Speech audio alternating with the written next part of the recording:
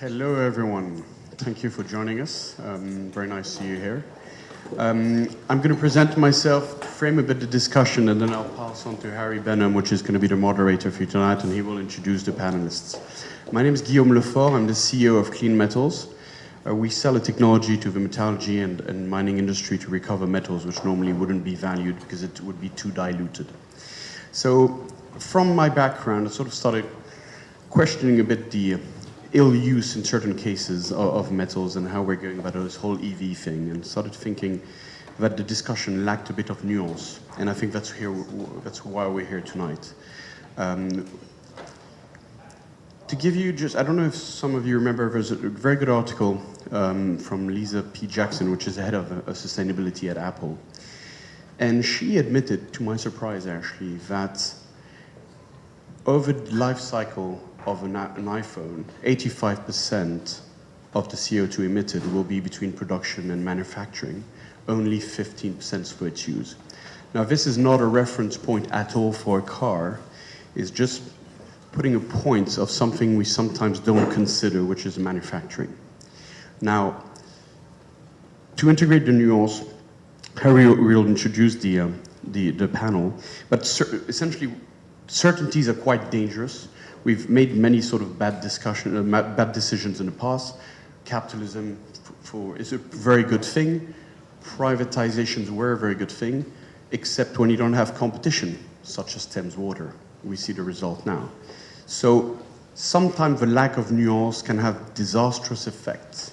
And this is what we want to try and avoid in this case. I'm not sure we're going to do that, the four of us or the five of us here tonight, but at least with a panel with plenty of members which feel very engaged, I thought it would be a very good discussion to have and create that nuance and try and think more broadly about the whole EV system. So I'm going to pass on to Harry. Did I want to say anything else? Yes, one thing important, and we discussed that extensively with Harry, we don't want to discuss about health or ease of use of EVs tonight. Health is a no-brainer. There's no question that it's better to have EVs in the city. We all know that. There's no discussion about it. Ease of use, while not perfect now, we also know it will be better, so that will come. So that's also sort of something that we should tick the box on. So it's really about CO2, life cycle, decarboning the grid, and how we're going to do that in order for this transition, which is a good idea, to be the better idea even. Okay? That's what we're discussing tonight. Nice to have you. Harry, all yours. Thank you. Sorry. I'll just say. I'm going to be devil's advocate from the floor sometimes.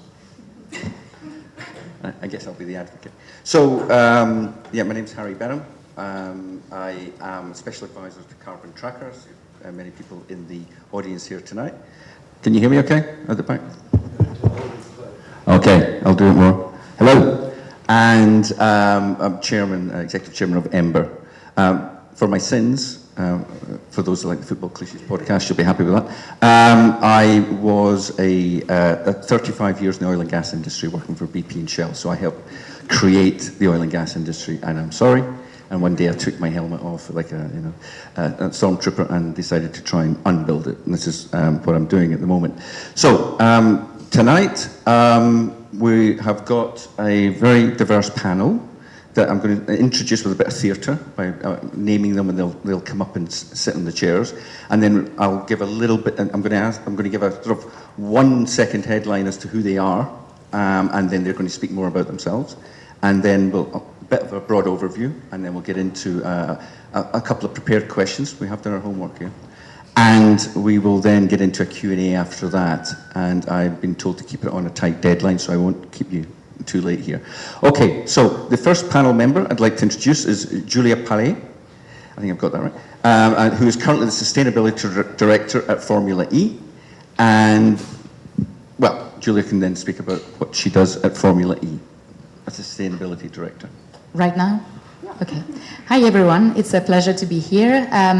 So my role at Formula E is to oversee, obviously the sustainability strategy, but I think most importantly for those who know a little bit about Formula E, it's an all-electric racing championship, which was really founded to advance electrification on North Street. So there's a sort of bigger, wider purpose of the championship and the series in itself. So my role is to align those big aspirations and make it a reality. So that's quite fascinating. I oversee the environmental impact, so all the net zero strategies and so on, the social impact, and also the economic and how we integrate sustainability with our suppliers, partners, racing teams, and the racing car sustainability is also under my scope, which I'm sure we're going to discuss that later.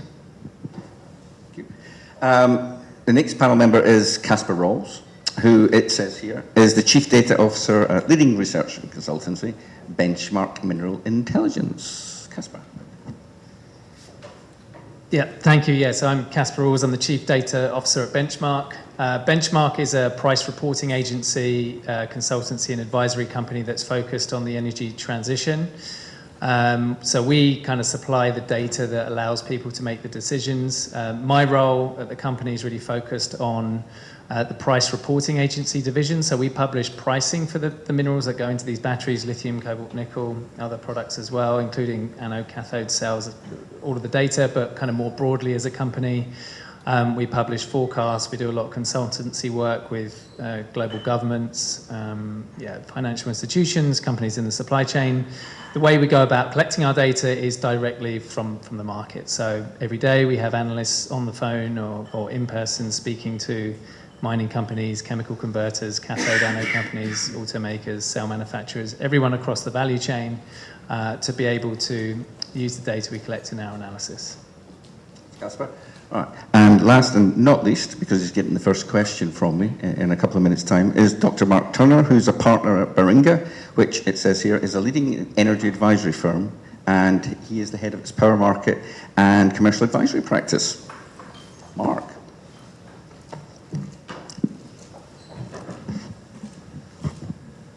Fabulous. Thank you very much, Harry. Lovely to be here. So, indeed, I lead our power market and commercial team at Baringa. Baringa covers a lot of sectors as a business advisor, but energy is a deep specialism.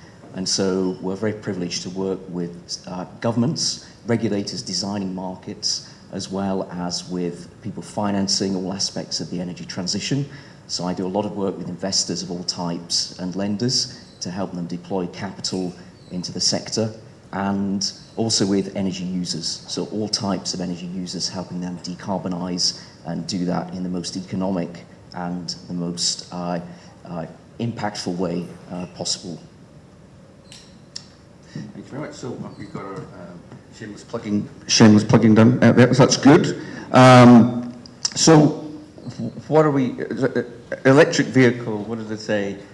A friend or foe, a false binary or not, discuss 20 marks type thing. So the areas we're going to probably cover tonight, but the audience will decide some of that as well, is just look at a little bit about where are we now, why are we talking about this now, why does it matter? And that's going to be very quick. I'll do that, and then we're going to get into some discussions the panel will help me with, Guillaume will help me with, and then we'll get to Q&A, which is going to be things like, the new sales versus the size of the fleet, how quickly it can change, resources and metals and minerals, technology and progress, we've already touched on these, and then maybe a bit about geography, where is this happening and how can we kind of disperse the changes quicker, global north, global south, we've got those issues. So just to plant some seeds in your mind.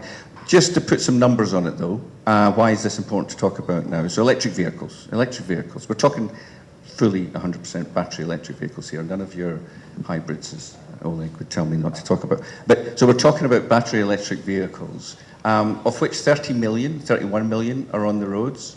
Our friends at OPEC assumed that would take till 2035 to occur. Well done, OPEC, on that prediction. So 30 million on the roads right now. Yes, people would say that's 2% of the fleet, but currently about 15 to 20% of sales. So 5 years ago, this would be a discussion about the potential electric vehicle market. We're now in the electric vehicle market, 20% of UK sales last month, new automotive data. And what does that then mean? Now that we've plunged into this, is it the right thing to have done? Are there unforeseen consequences? Are we going to be able to manage that transition efficiently? Or are there going to be issues that we hadn't foreseen now that we've been plunged into it? It's a $1 trillion market, multi-trillion dollar market. You've got the rise of the Chinese OEMs. You've got the change in the reaction of various incumbent OEMs. So it's a major, major issue that we need to sort of address and think through some of the issues. So I'm going to start, and as I say, this will be open to the audience and people can throw in ideas. I'll start with Mark though, and just ask from a sort of big picture side. The electric, the transportation has leapt the species barrier from oil and gas into electricity. So that's a major change, and therefore the grid now needs to respond to that. But also that's opportunity as well. I mean, that's opportunity for people who are building the grid. So from your perspective, from the power perspective, how do you see the shift in EVs? How are we managing that? Is it manageable? Is it happening too quick? Is it happening too slow? Some thoughts on that. Thanks. Over to you, Mark. Great. I think the key with EVs, as you say, is there's a big, substantial upfront carbon cost in the manufacture, and I think the example of Apple is a great one, where we're interestingly working with Apple on the 15% of Scope 3 emissions involved with charging their iPhones and iMacs, etc. But what you need to rely on with EVs is the carbon saving over a number of years coming through in order to offset that upfront carbon cost. And of course, that matters, depends a lot on where exactly the EV is located. So what country, what grid, and what does the carbon intensity of that grid look like? Because that varies in a very wide range, even just within Europe, but even more globally. The UK is towards the better end of carbon intensity metrics in Europe, but it still has a long way to go. So the UK may be about 150 grams of CO2 per kilowatt hour as its carbon intensity. Somewhere like Norway or Sweden will be close to zero right now. You might have Spain, 80, 90, France down at 30. At the other end of the spectrum, somewhere like Poland would be 600, 650 grams of CO2. So, does that mean that no one should be buying an EV and deploying it in Poland? Well, possibly the payback period from a carbon perspective will be longer. There still will be a payback. So at 600, 650, there still is a benefit versus internal combustion engines, but it's much more marginal. If you look at a more extreme example of India, for example, where you may be looking at 700, 800 grams of CO2 per unit of power, there you'd be better off from a pure CO2 per mile perspective, sticking with a conventional internal combustion engine. However, I guess the key thing is that a conventional engine is more or less fixed in terms of its carbon intensity through its lifetime. You have to feed it the same hydrocarbons and the same fuel, whereas an EV, of course, isn't. So an EV and its carbon intensity per mile will change and should drop as the grid decarbonizes in whatever country you're looking at.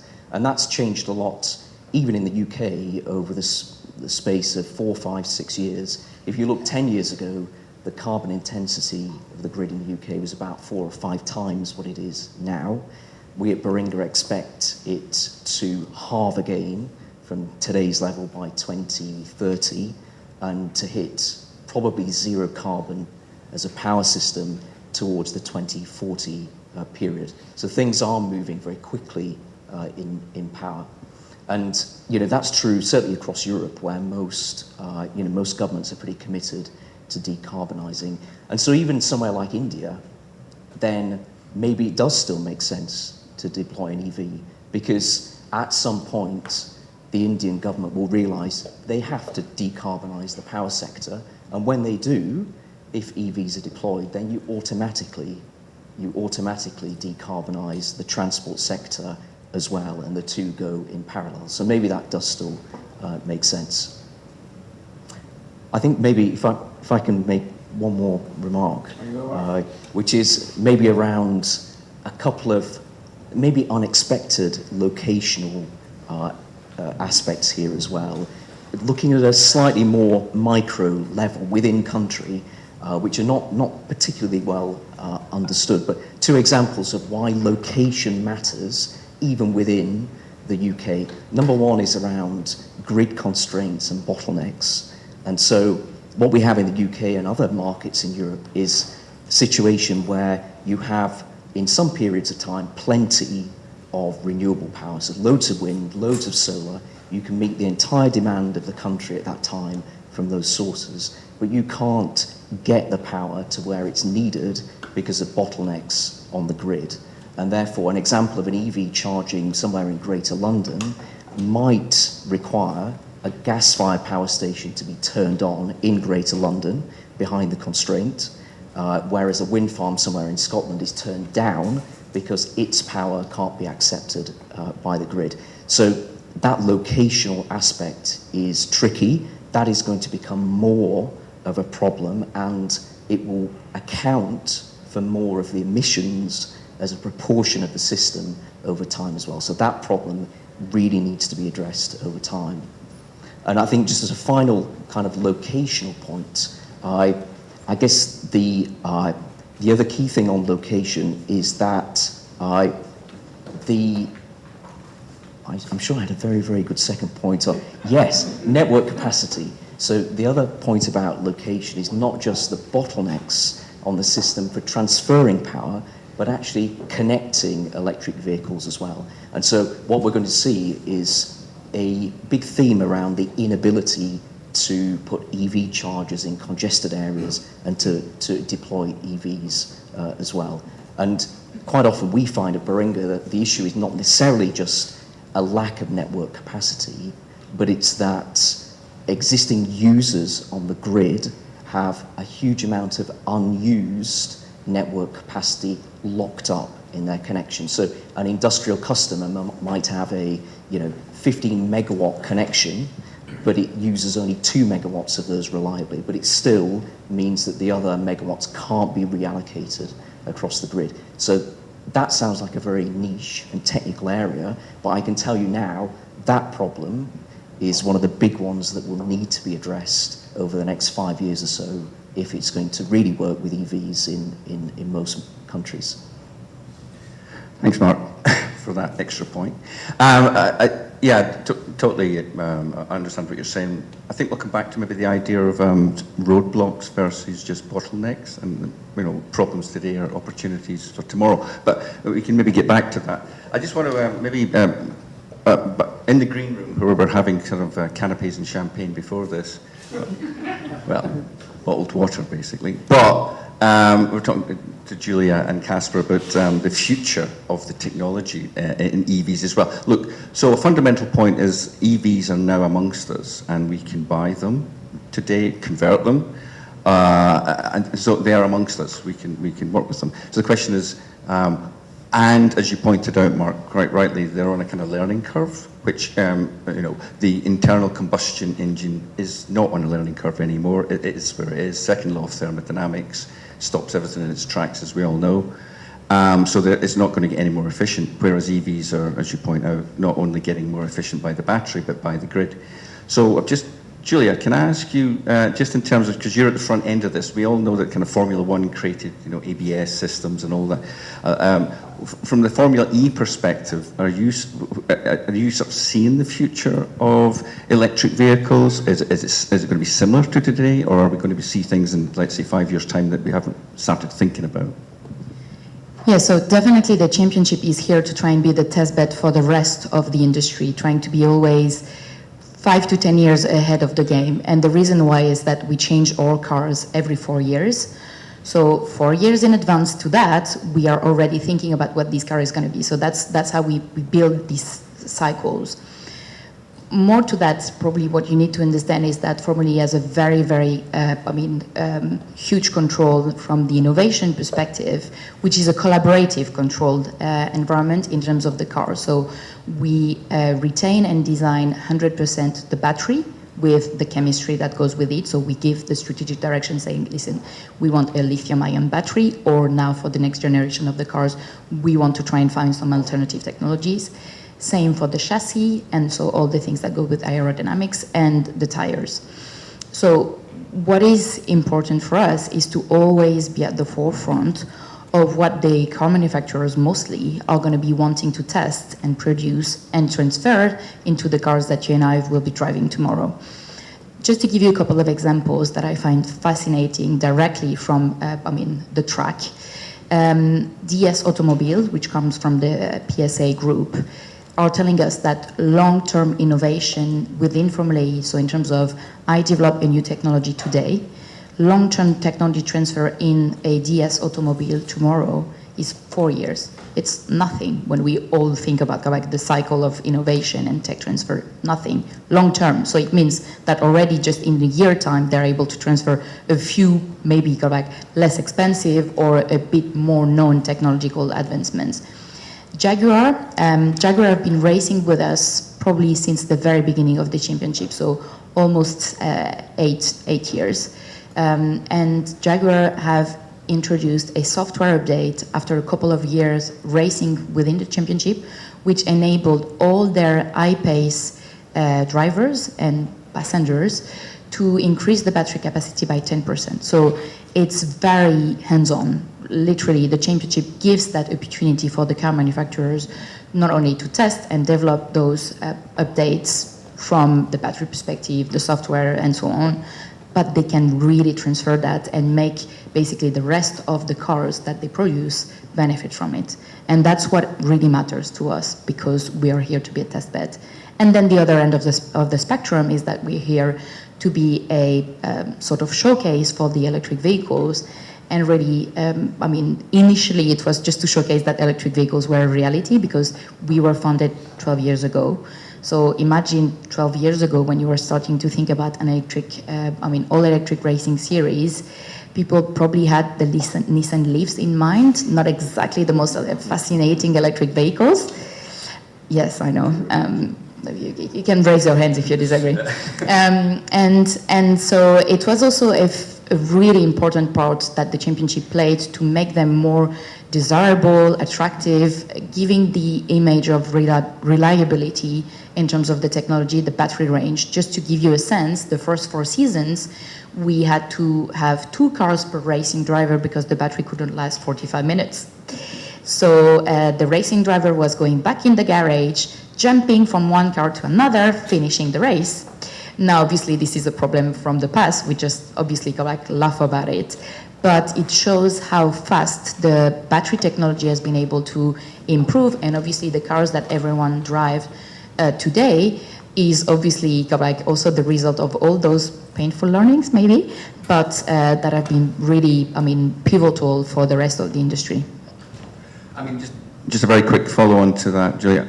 Do you, is there sort of like an equivalent of the ABS system that, the automatic and power steering that you see coming through in the Formula E that maybe we haven't thought through for standard EVs, or are EVs so kind of clever themselves that you don't get that kind of breakthrough with this versus ICE cars? No, I think we're able to say. It's secret. I think we're really at the beginning really of the EV technology, and there will necessarily be some breakthroughs. Just for example, the software example I think is very powerful. Obviously, we don't touch the electric vehicles by definition have a lot of electronics, and that's obviously things that we don't necessarily have a direct, let's say, access and feel for as much as we've had with some other IC cars. But definitely there will be some breakthroughs. I think we were just discussing it while we were having champagne and caviar. The batteries change and so on, and the battery technology is going to be, I think, literally in 10 years' time, we're going to look at lithium-ion probably as like a dinosaur type of technology, which is fascinating in itself, because probably the battery technology only started really for electric vehicles 15 to 20 years ago. So it shows how rapid and fast it's changing as an industry. Thank you very much. And nice segue, thanks, on lithium-ion. So, Casper, We're going to have a session now for about an hour and a half on chemistry, which I love. So for those of you that are not fans of chemistry or the periodic table, I'd leave now.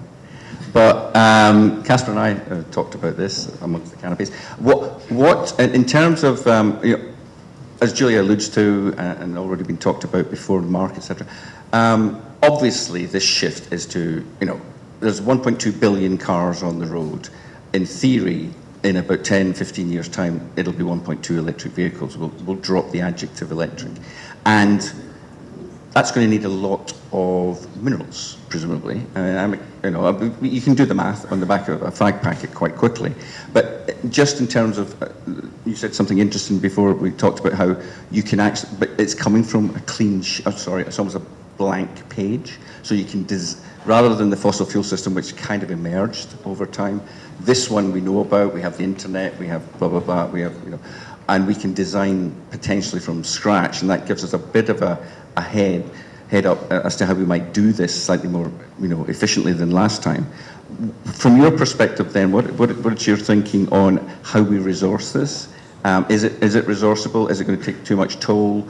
Or is it we're well ahead of that, we're all thinking about it and we're managing it quite well and we'll get ahead of it? No. Go with that as you will. Yeah. So it is resourceable. I mean, if there's enough of these minerals kind of on planet Earth, but it's doing it because there is a race, right? There's a race to stop climate change, which is the fundamental reason that we're making the transition. So I think, the bottleneck, if there's many bottlenecks in theory across the time frame that we're going to need to do this, but it is investing in the upstream, the minerals, so the mines that are going to produce the lithium, the cobalt. Yeah. And that's something that's going to, is going to ebb and flow in terms of the availability of those minerals. So we've just gone through a period where lithium, which is one of the critical minerals for a lithium-ion battery, funny enough, it went through a meteoric price rise. Prices went up about 10x, and that was a result of there not being enough lithium. And that's something that's going to continue. Now, the level of investment that needs to happen in the battery supply chain is significant, it is achievable. So we, Benchmark, published a number a short while ago that said to meet 2030 demand, we need a further 514 billion, I think 514, maybe 517, something like that, but just over $500 billion invested in the supply chain, around 2/3 of that in mining. Per annum, yeah. No, total for 2030, raw materials, the battery supply chain. So not just the minerals, but midstream processing capacity and battery plants. So, the reason I asked that is just because that's what the oil and gas industry expends per year. Yeah, it's not a big existing number. assets. Yeah, and and those minerals as well can be recycled, which is something we touched on. But what's interesting is obviously, I say interesting and risky. Most of that new supply to 2030 is going to come from new mines, not even expansions of existing, but new operations. So there's always an amount of risk associated with that. The mining industry doesn't have a good reputation for doing things on time. But the other kind of more positive side of it is that the downstream buyers of these minerals, your Volkswagens or General Motors or Apple or whoever it may be, can instill current sustainability standards on those new operators. So say, in order for us to give you this 10-year supply contract, you need to meet these ESG criteria as we see fit. And that is happening to an extent, and it's that's happening more and more. But obviously there's always an element of the industry where that won't happen. So I think there is a big opportunity here, and kind of leaning back to the sustainability focus of this talk. But it needs to be done in the right way, and that is happening. But as I say, it's a great opportunity to kind of mining has a bad reputation as well. People. My neighbour says to me, electric vehicles, you've got to mine the minerals for those. And I said to him, where do you think your car comes from?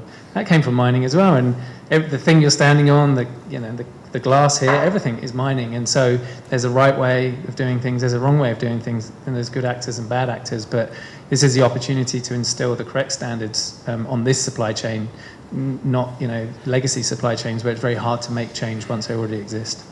Yeah, so good point, legacy supply chains, emergent supply chains versus designed ones, which I think is another feature of the new system. I think Guillaume, you wanted to counterpoint. Following up on, I thought I was interested perhaps to see what Casper thinks of. I mean, lithium, we actually discussed it together, Harry. We never saw that as an issue in terms of availability. It's readily available on the crust. It's really a political will and processing plants that we need to put together. No question about it. But, and this feeds sort of two things. Nickel is a different story. We don't know where to find it right now in the volumes that are required. But perhaps the recent rise of LFP, where it's not required, can save us from that. So it's a sort of a double question. How do you see the current nickel situation? And if an NMC sort of takes a back step and LFP sort of raises up, then perhaps it's not an issue at all. So I would be interested to... But just before you answer, I did tell you we were going to talk about the periodic table of the elements, okay? So you were warned. So if everybody's getting bored of this discussion now, but, you know, so... just a more general point about the transition and the periodic table. We have a lot more elements to play with other than carbon. So that's the good news. So as you say, I think one of the solutions is you just manufacture it out by using less. Or you go, the transition metals are called transition metals because they can substitute for each other.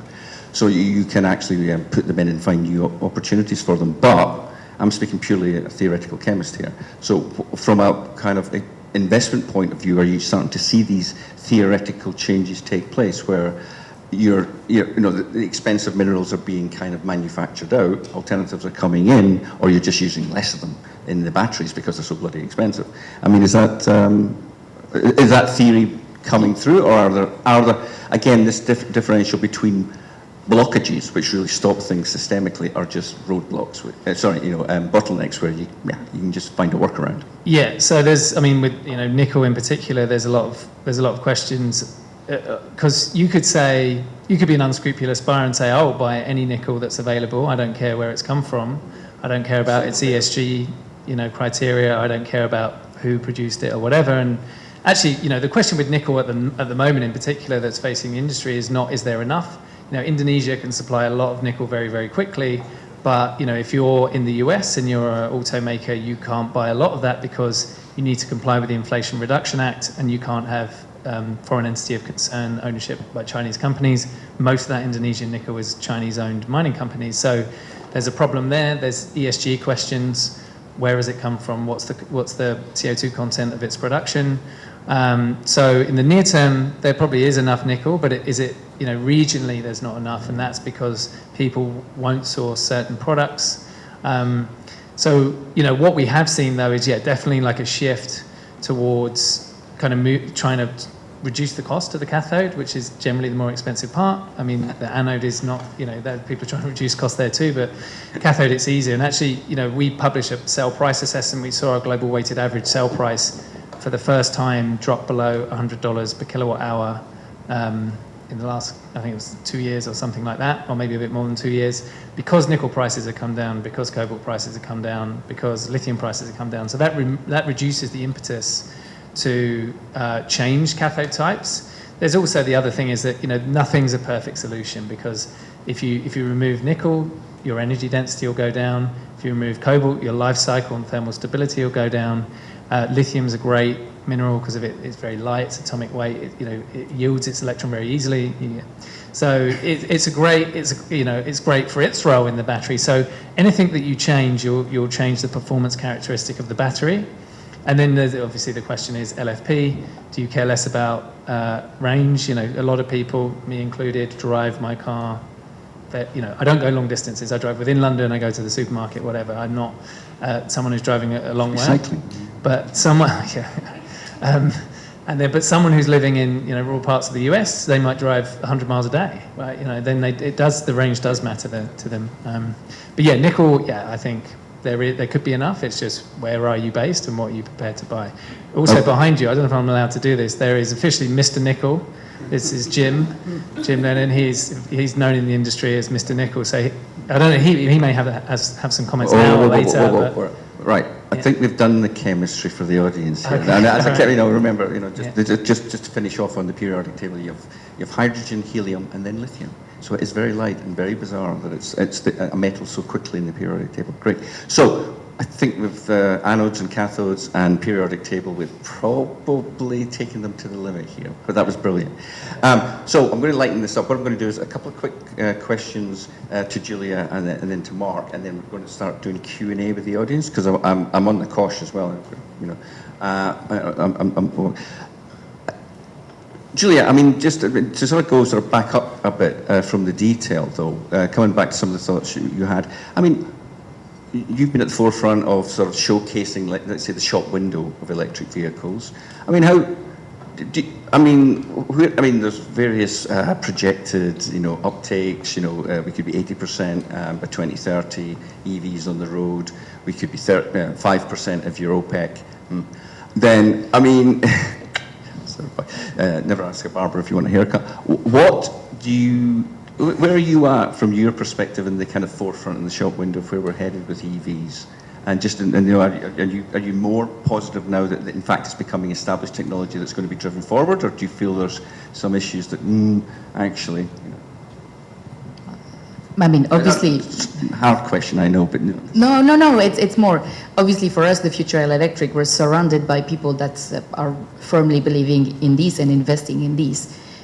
Starting with cities and governments, because the places where we host our races are obviously very, very much advocating for this EV transition due to a variety of reasons. But I mean, what Mark has stated regarding India, we just had our first race in India last year. It was this year in February, just last season in my mind. And basically, that means also that we're trying to use the championship to push for option, because they know that the day that the rest of, let's say, the vertical will be ready, they have basically a nation that will run on electric vehicles. And when you're in an emerging market, you want to make sure that the technology that you're adopting today is the latest and the one that is going to be used and last longer. So that makes sense for them, obviously, to drive electric vehicles at this stage right now.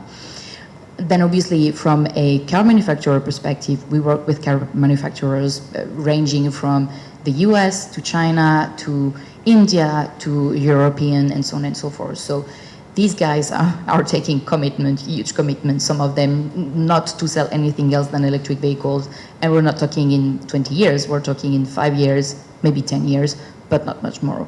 So I want to take a step back. When we, again, created Formulae, there's a story, a napkin in an Italian restaurant in France, where they had this idea of creating the championship in between the president of the International Federation and our founder. But basically, what they did to try and bring some substance to it was they went to EY and they said, okay, if we were to create that, find us a rational way of looking at the benefits and the positives of the EV revolution. Numbers of cars adopted, CO2 reduction globally, and healthcare costs saved, because as much as we said we would not talk about the health benefit, there's a very, very strong health benefit from especially the governmental perspective. And what EY projected, let's say 10 years ago, is already beyond belief. So they said, thanks to Formula E, the world would add 25 million electric vehicles over the next 25 years. So already the numbers that you give, like contributed, because that's what is difficult with the championship. We don't produce electric vehicles. We cannot say we've sold all these electric vehicles, but we've supported in some ways this EV revolution and transition. So 25 million electric vehicles, 900 billion ton of CO2 emissions saved. And if I'm right, I think 25 billion savings in terms of healthcare costs and so on. It was huge, like mega numbers.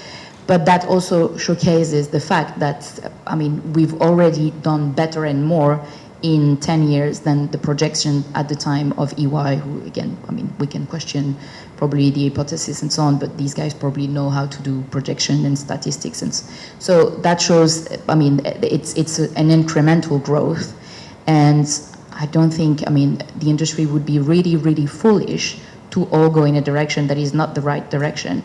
Although you can say that and I'm not a chemical expert, but it's true that electric vehicles are far more efficient by default than any kind of ICE, and that the EV industry, pushed by the lobby of oil, a couple of decades ago decided to push towards the ICE technology and not the EV at the time because it was more favorable due to the price of oils. But an electric vehicle is 95% basically efficient from the energy use versus an ICE at its top. So if you take F1 cars probably max out 40%, not more.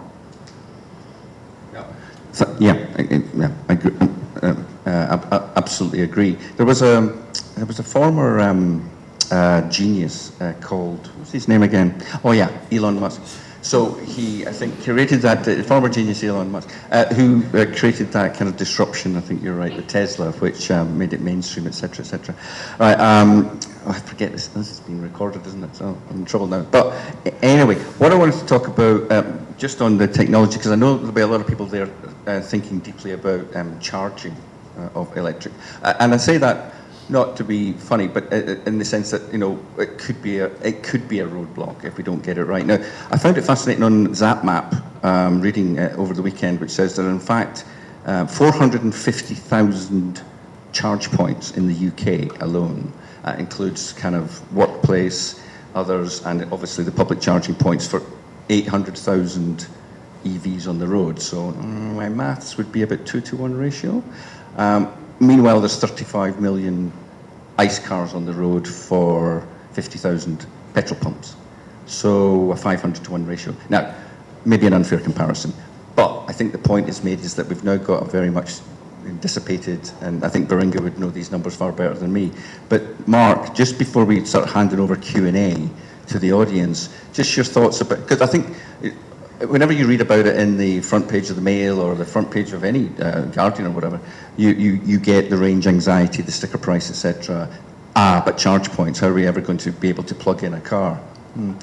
So thoughts on how we it is a genuine issue. I mean, if you're living in a 4th floor flat and you want an EV, it's a genuine issue. But are you seeing, maybe even from Formula One, are we seeing, how do they charge them? Yeah.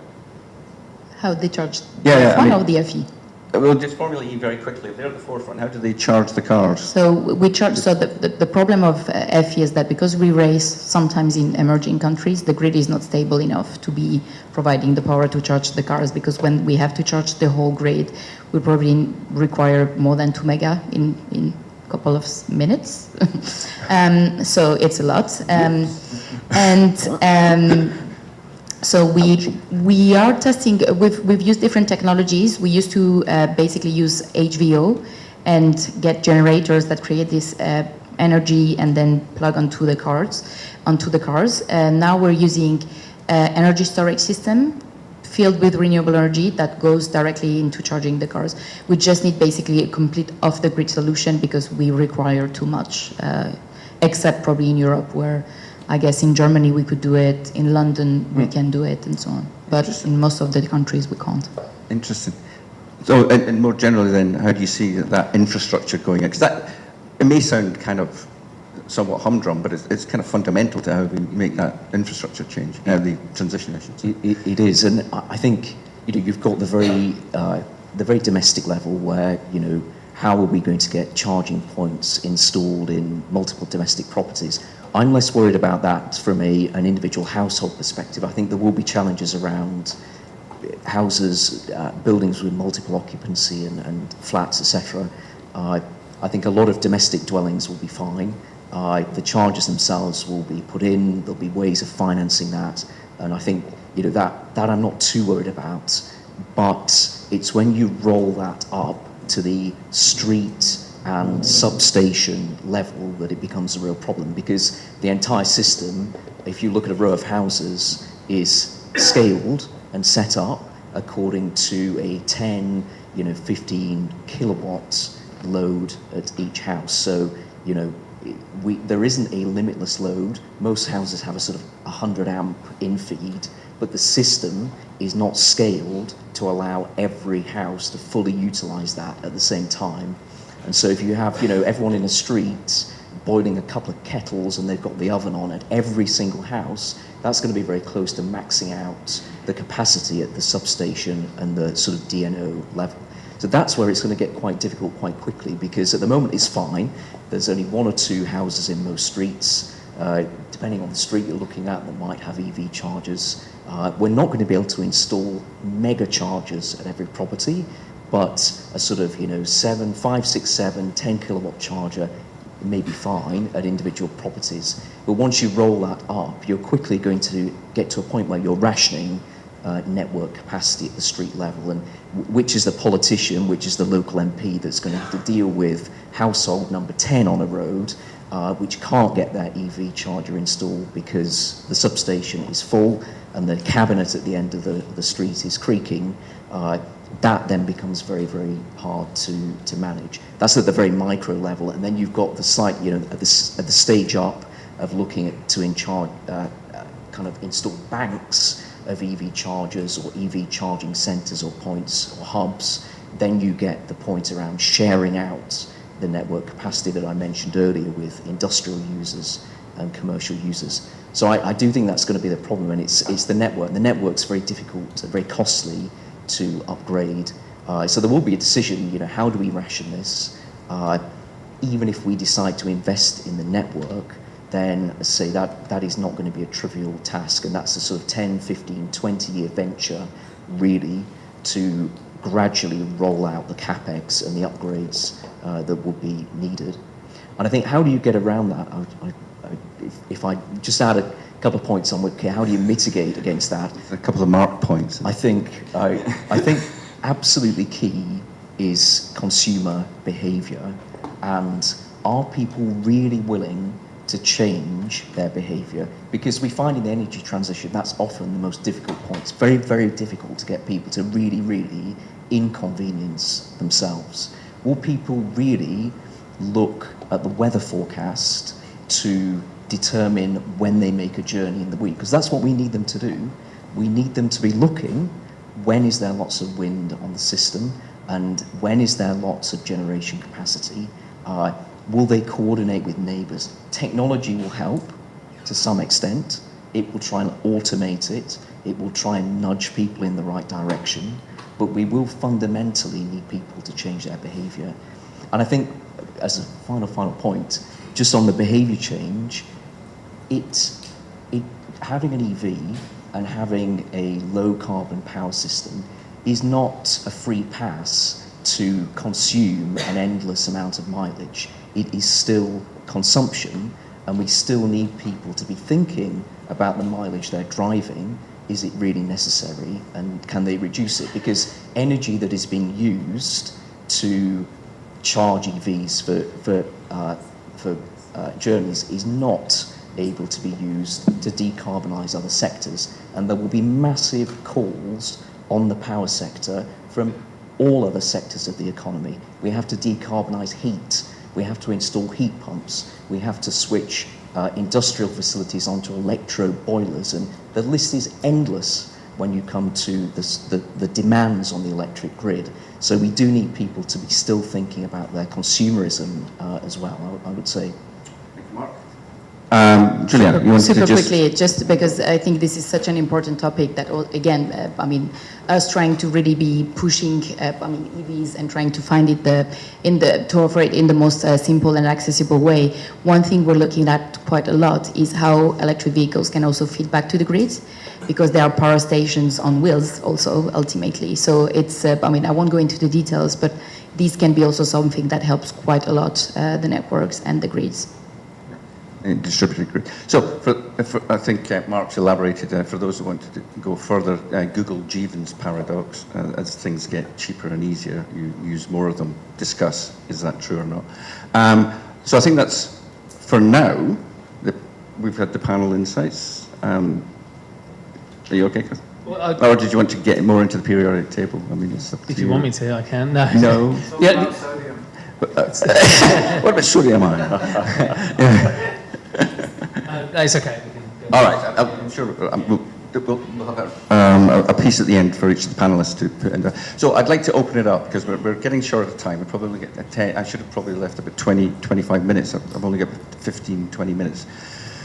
Q&As, yeah, put your hands up, and I believe we've got our friends will come round and give you the microphone. So people with the best shirts will get the first question. Sir. Hi, I'm Dave King, and thank you. That was a tremendous discussion.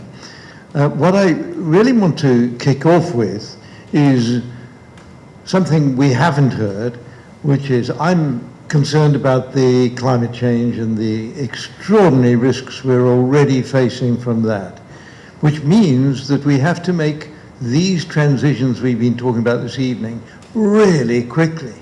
I just want to emphasize everything we should focus on is getting this done quickly. Now, of course, I worked in the British government for 20 years ago, for many years, starting with Blair. But 4 prime ministers I worked with, and I was chief scientific advisor and then the negotiator. But just very, I totally agree, but just a question. Without interruption, please. So what I want to say first of all is, in order to speed up the transition, we must have government cooperation. We've got to have the right regulatory procedures put in place to assist the public to make the right decisions. And I just give you a few examples of this, if I may. Am I not? Oh, that's better. Yes.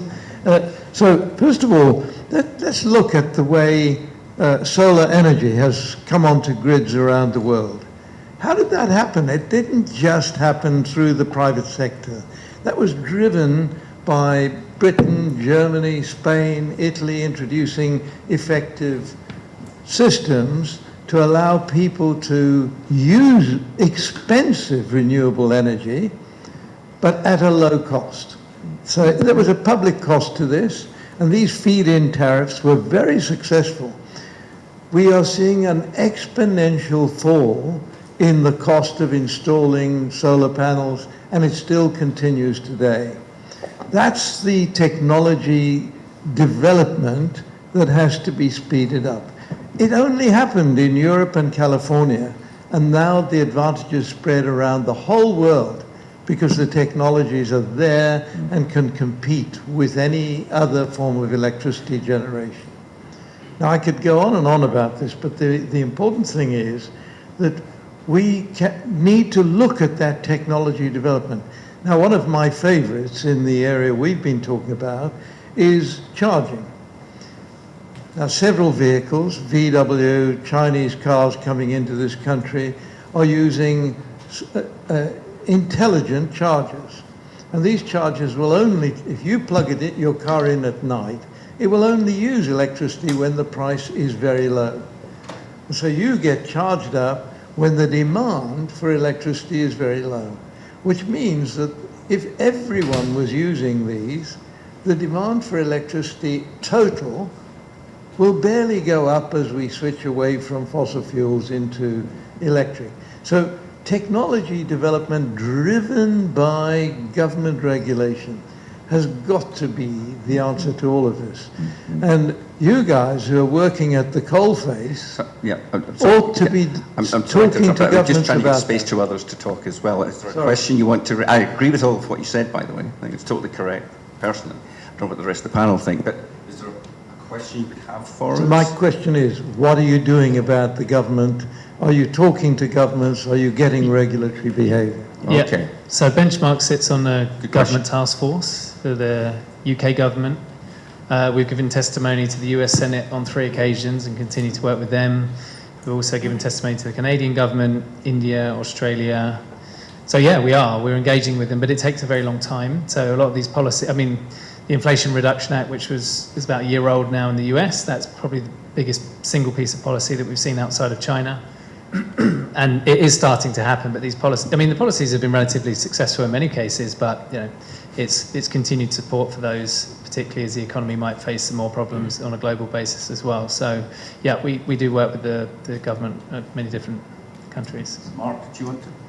I think really very good points. I would agree with most of what you said, Sir David. I think on the first point around regulatory incentives, I do think that's really important because where we've seen very, very rapid uptake at the domestic level of, decarbonisation measures, it's because it's made financial sense. And a great example of that is rooftop solar, which, took off in a big way.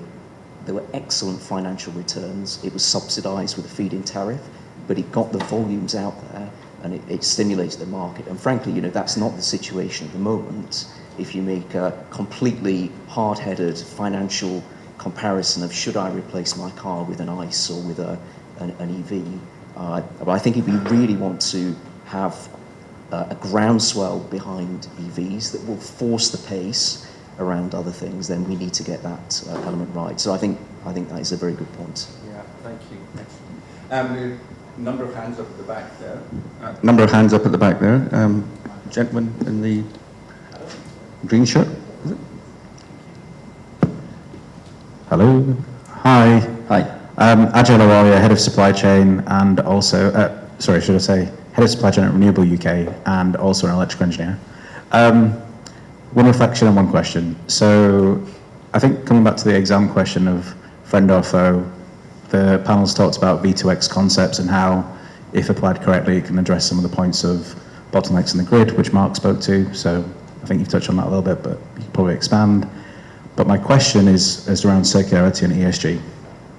So can the panel expand on the challenges associated with innovation of lithium-ion chemistries or sodium chemistries compared to sustainability when we talk about how actually the batteries that we're installing in cars today, we should be thinking about how they're going to be recycled. So can you speak to that point? Thank you. Yeah, I'm going to pass that to. It sounds like we should have done more chemistry actually today. So I'm a bit up. So I'm sorry about that. Julia, and then Nasra. So I won't do the chemistry part. I will just talk about the design of the cars, and then Casper will do the rest. This is something that is extremely important to us. And again, we're really trying to use the championship as the lead example for the rest of the car manufacturer industry, at least those working directly with us. We have designed the cars that we race currently. So 4 years ago, we did life cycle assessment on the previous cars to inform the design of the current cars.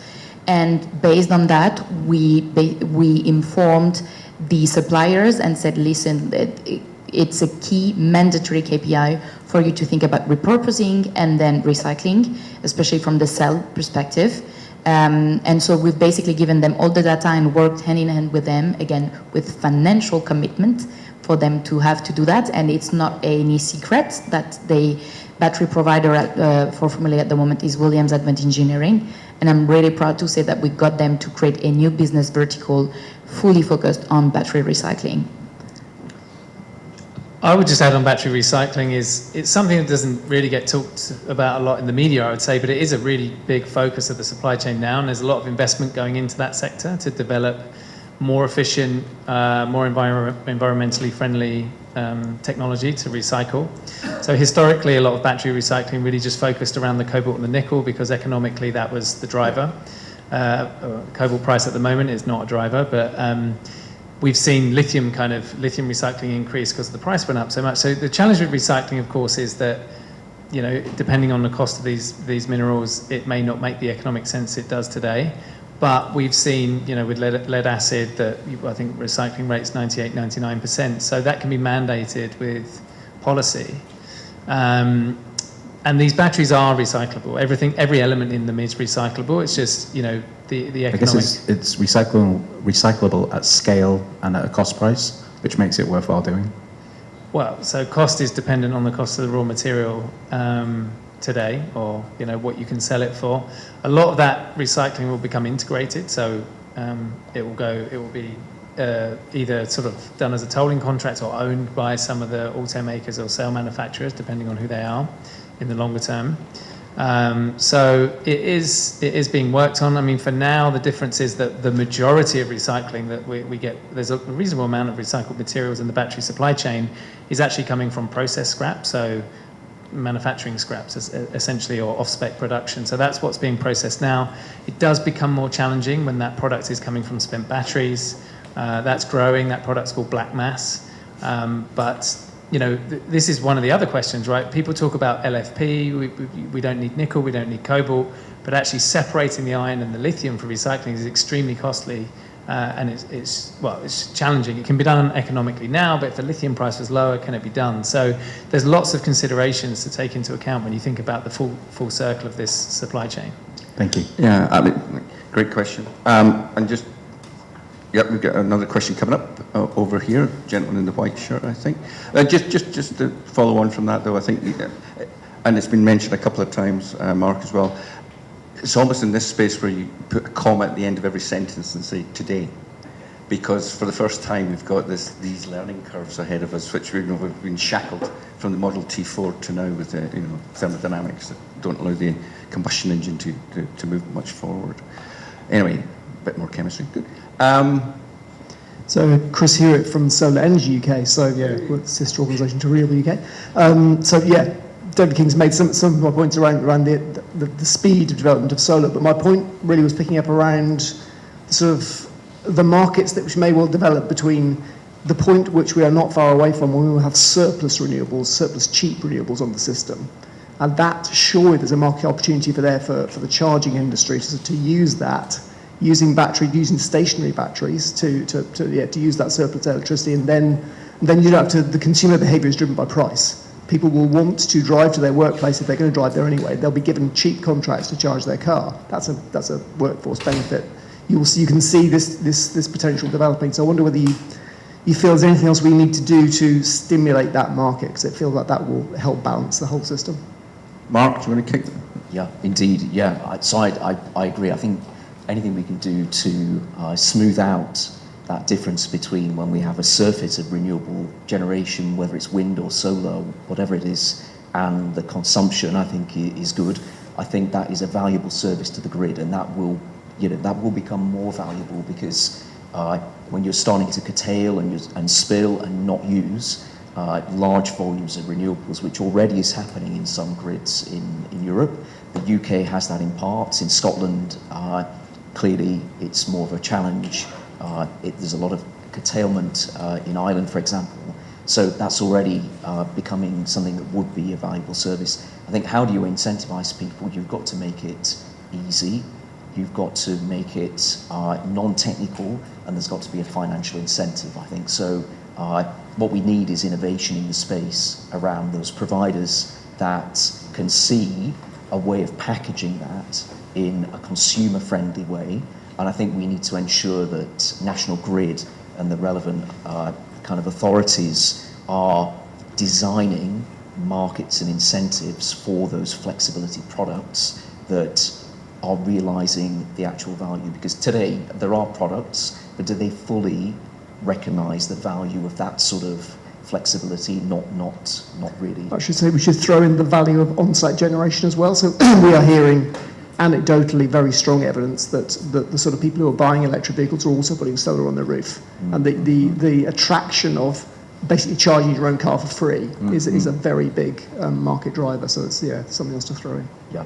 Thanks very much. Just adding quickly, there's also a powerful instrument if we look at energy, and again, it's your key area. If we look at energy as obviously a financial market and instrument through the PPAs, so it's also very powerful to think that it's not necessarily that you need to put in the renewable energy directly in the tank of your electric vehicle, but if you think about energy as a global picture, even at nation level, it's going to work, and maybe you're going to be able to produce in the countryside the right amount of renewable energy, and then through the PPA basically balance, make it work so that the rest of the city is being covered. Thanks, Julia. Casper? Yeah, just, well, actually, before I've got just a point to add on that, on the kind of system, but can I do this? How many people have solar here on their house? How many people have a home storage battery? Okay, so not that many. Mr. Nicol does. Yeah. I didn't do it for environmental reasons or economic. I just wanted the data. But it's an interesting project if you want to do it. But yeah, that's the key thing as well. Is something we haven't really touched on, is that early adopters of technology are really paying for this shift, because the system is, if you think about carbon economy, that is really ingrained in the whole system. And by, let's say, I think 2009, the battery was still over $1,000 per kilowatt hour. Now, as I said earlier, we've dropped below $100 per kilowatt hour. And that's really come from scale and these early adopters, and now it's becoming more commonplace. The price continues to drop in some ways, but it's not going much lower. And that is going to enable a big ESS shift, because at the prices that batteries were at even a few years ago, it wasn't possible. But with time, we can change the whole system. So maybe today in EV, and I think this is changing all the time, but an EV may have a big carbon upfront cost. That will change as the system becomes more efficient over time. But what that is doing is enabling other industries to buy these really cheap and really abundant, really high quality lithium-ion batteries that can be put into renewable storage, home storage, various other storage applications, which is reducing that kind of carbon need across many different industries. And so this is not an isolated thing. EVs are not just the end goal. The end goal is shifting everything, and it's facilitating that change through the commercial deployment of these companies building batteries. Very good point. I think I understand we're at 5:15. We cut off in 5 minutes, 4 minutes. We have time for one or two questions, I think. Yeah, and Guillaume will want to. We've got one arm up, and I've got a question at the end for everybody in the audience to participate in as well. Hi, so it's quite exciting. Hi, my name is Burhan, and ESG analyst. To Casper or the panel, to hear it firsthand, how is the EU battery directive or regulation influencing the supply chain or the industry as a whole? Is EU going to be the trendsetter there? And secondly, from an ESG analyst perspective, while the processes are being built to gather this data, how challenging has it been to conduct these LCAs? Two very good questions. I would say in policy the EU was the leader up until the US announced the Inflation Reduction Act a year ago. So it's a very different style of policy. I think there's been kind of, there's punishment in the EU and there's financial incentive to do things in the US. It's a very different application of policy. But it will change the way that batteries are sourced within Europe, definitely. You could argue that maybe there needs to be more, particularly in the upstream, particularly around critical minerals. Today, battery policy in Europe is really focused on batteries and further downstream effectively, some cathode focus as well. But I think, there needs to be more of a critical mineral focus because, if you haven't got the minerals for the lithium, the cobalt, the nickel, you're not going to be able to make any of these batteries anyway. So you need to make sure that that's secured as well and secured in the right way and the ESG focus. And then leading into your second question, the LCAs have been relatively hard to conduct because there's many different processes out there. This data, in many cases, hasn't even been collected by the companies that are producing the minerals. That's changing as it's now, pretty much a requirement to get any kind of major battery supply chain contract. You need to produce that data. So it's taken a lot of work. These reports, we publish ESG reports for the different minerals, lithium, cobalt, nickel, etc. There's been a lot of work to do that, but we've actually had quite good participation from the industry wanting to be involved, certainly in certain regions, but still a long way to go to get full transparency on the data across the value chain. Any other comments from the panel on that, or do we bring it to a close? I'm getting the kind of push from the back. So look, let me just try and sum it up. A very quick straw poll. I'm just going to do this very quickly. A binary. No. Just hands up. That's all. We'll be done. Yeah. Where do we think who thinks EVs are a foe? Let's just have quickly hands up, and I can assume everybody else is a friend. I'm not trying to, because it would be fair if you said no, this is not actually going to work out. This is going to be a draw on resources and not a good idea. So any foe? Oh, maybe that's a bit unfair question. So, right, we'll drop that. So friend of EVs then. That's a lot easier. So look, thanks very much for your participation. I think Guillaume just wants to say a couple of words and we're done. So thank you very much for your participation as well. Yeah. Thank you to the panel, and thank you to Condolee, Rosie, and the team here as well. Thank you very much. So I just want to close with a few thoughts to open up the minds. I think, as Harry rightly said, we are in the EV world, and that's fantastic, because the reality is, it is better if you keep your car. If you're going to have your car on leasing for 3 years, you create a problem by front-loading before you ever keep it. So I think as consumers, as users, we also need to change our mentality a bit and perhaps not change cars all the time and essentially allowing the EV to go to whole life cycle assessment. I think that would be a conclusion, which is a fair one. But if you keep it, you will always find a way for the EV to be good for the environment, which is what we all want. CO2 is fungible, so we need to see the LCA. You've seen that as I expected that, in a sort of EV discussion, somehow we always come to also the ease of use. CO2 at some point sort of gets away. So I would say just a few food for points apart from this one. It is a revolution which is not a technology in the way we've used it in the last 30 years. It's not an electronic technology, it's a physics, a chemistry, an engineering technology, which is substantially harder. A lot of stuff we've known for a long time now is how do we better it, how do we improve it, but the elements are still required and we won't change that. And I would say, with regards to the resources, the last I know of a car company which bought into resources was Ford back in the 20s when they bought rubber trees in Brazil. Now think about that Peugeot has actually invested in a potential copper mine. Peugeot actually, I should say Stellantis, has invested in a copper mine. Why? Because we have a big resource issue. We're going now speaking about water mining, many things. And this is something which I think is bigger than we anticipate. We might disagree with Casper a bit on this one, but coming from the industry of mining, there's challenges which I think we're not really seeing. So there you go. I want to thank everyone. Mark, fantastic to have you here. Harry, thank you for moderating. Julia, a pleasure. It was really cool. Casper, you're the first one who agreed to come on a panel, so 1,000 apologies. It was great. And of course to Rosie, which helped organize everything and allowed us to all be here and have this hopefully interesting discussion for everyone. Thanks very much. Thank you so much.